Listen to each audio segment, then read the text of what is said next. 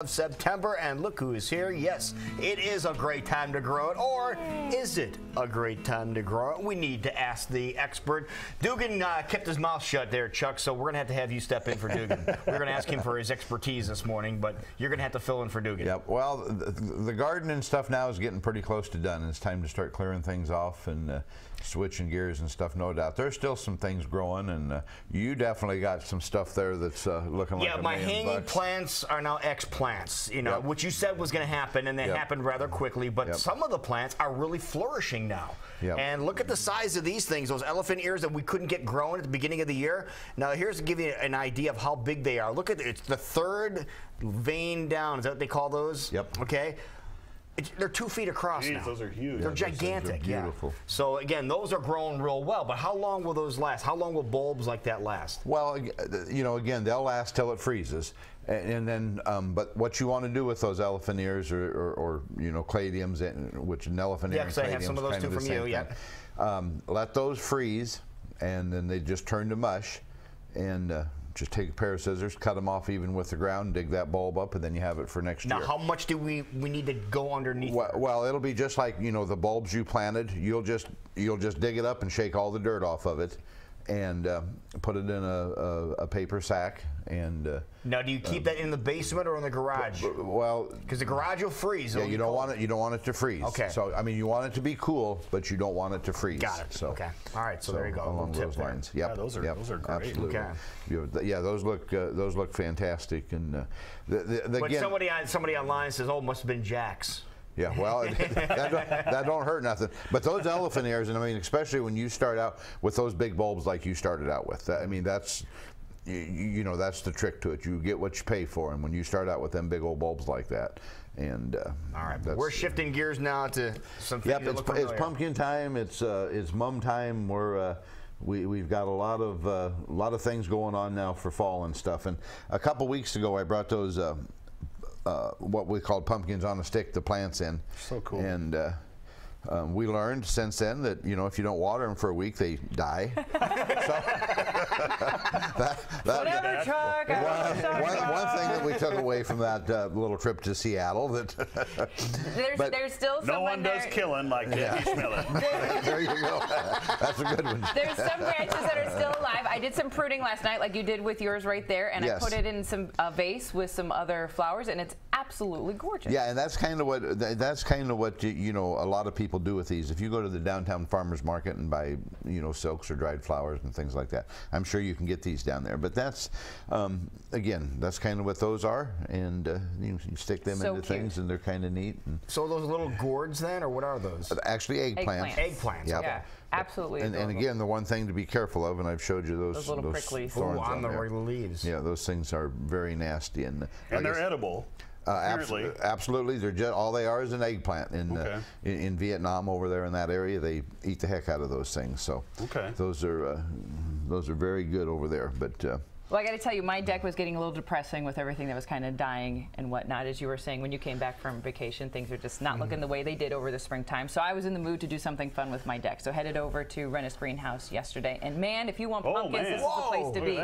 Now, these are called snowball pumpkins, those are correct? called little snowballs. And that's exactly what they look like. They fit in the palm of your hand and they're look perfect like, for throwing at cars. Yeah. No, don't do that. No, Here come the emails. The nice thing, and I don't know, you know, we just buy those from a broker, and I'm not sure how those was grown, but most of them don't have you know, most pumpkins you can tell where they laid on the ground, especially the white ones. Right. Those must have been grown on a trellis or something, because there's no real marks on them where they laid on the ground. On a few of them there is, but most of them are just a nice pure white.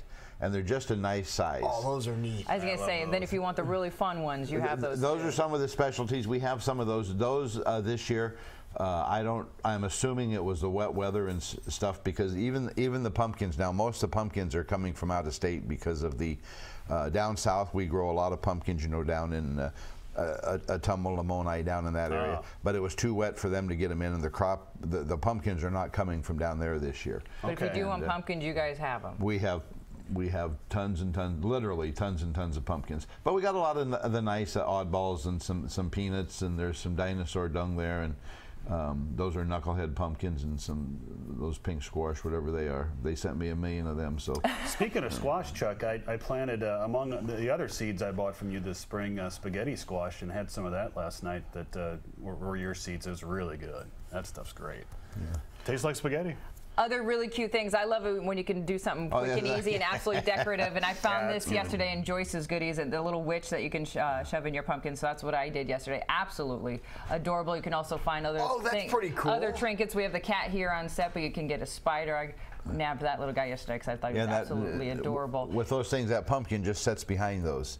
I love easy. Throw it on there. It's done. It's cute. And it keeps it off the ground too. Yep, and it keeps it up off the ground. And but yeah, there's tons and tons of pumpkins out there, and pumpkins and mums. And here's one of those.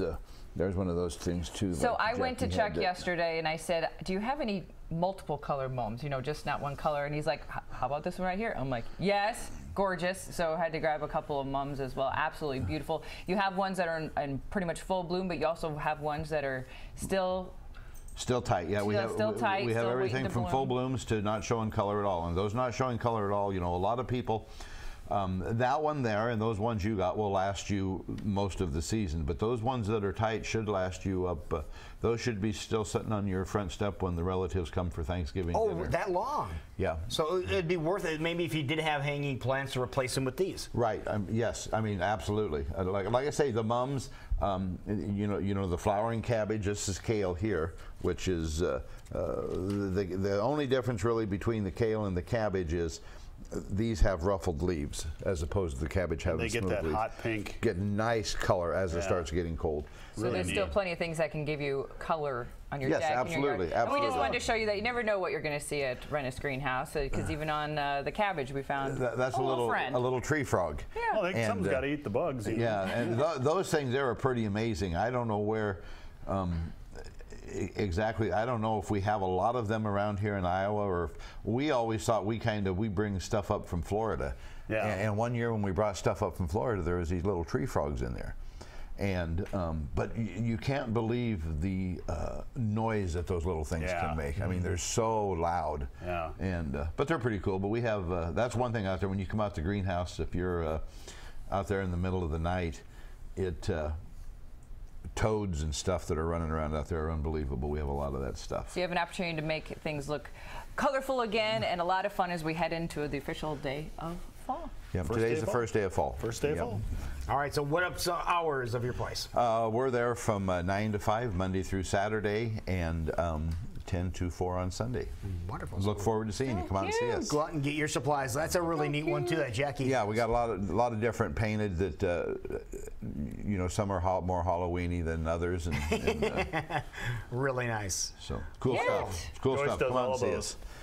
Sounds great. Thank you, Chuck Renes from You bet. Renes Thank you, Greenhouse. guys. It is 6:50.